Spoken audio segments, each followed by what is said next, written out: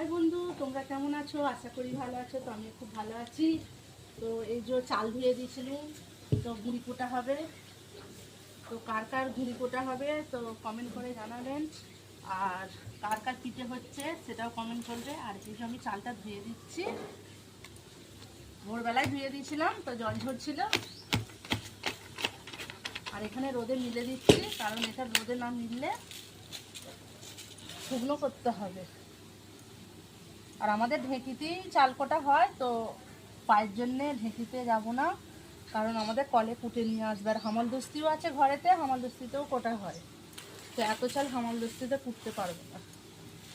তো বন্ধু, কার কার গুঁড়ি কোটা হয়েছে আর কার কার বাকি আছে আমাকে কমেন্টে জানাবে। Tata, bye bye.